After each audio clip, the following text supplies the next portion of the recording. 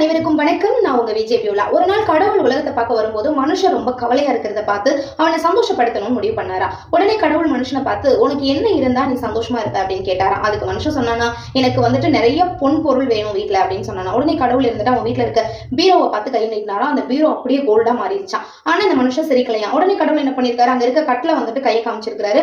அந்த கட்டிலும் வந்துட்டு கோல்டா மாறிடுச்சு. இப்பவும் மனுஷன் சிரிக்கல. இப்போ கடவுள் என்ன பண்றாருன்னா, அந்த வீட்டுல இருக்க எல்லா பொருளையும் கை நீட்டி ஃபுல்லா கோல்டாக்கிட்டாரு. இப்ப மனுஷனை பார்த்திருக்காரு, பாவி மனுஷன் இப்ப கூட சிரிக்கல. உடனே கடவுளுக்கு வந்து காண்டாயிருச்சு. மனுஷனை பார்த்து, நான் தான் நீ கேட்ட மாதிரி எல்லா பொருளையும் கோல்ட் ஆக்கிட்டேன்ல, அப்புறம் இன்னும் சிரிக்காம இருக்குன்னு கேட்டாராம். அதுக்கு மனுஷன் சொன்னானா, நீங்க கையை நீட்டி எல்லாத்தையும் பொண்ணா மாத்துனீங்க, எனக்கு அந்த கை வேணும் அப்படின்னு கேட்டானா. கடவுள் அப்படியே பிரமிச்சு போய் நின்னாராம்.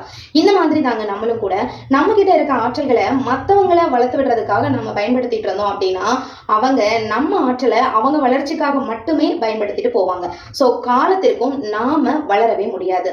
ஆக ஒருத்தருடைய வளர்ச்சியில நம்மளுடைய பங்களிப்பு ஒரு காரணமா இருக்கலாம். ஆனா நம்ம பங்களிப்பு அவங்களுக்கான வளர்ச்சிக்கு மட்டுமே காரணமா இருக்கக்கூடாது. நன்றி.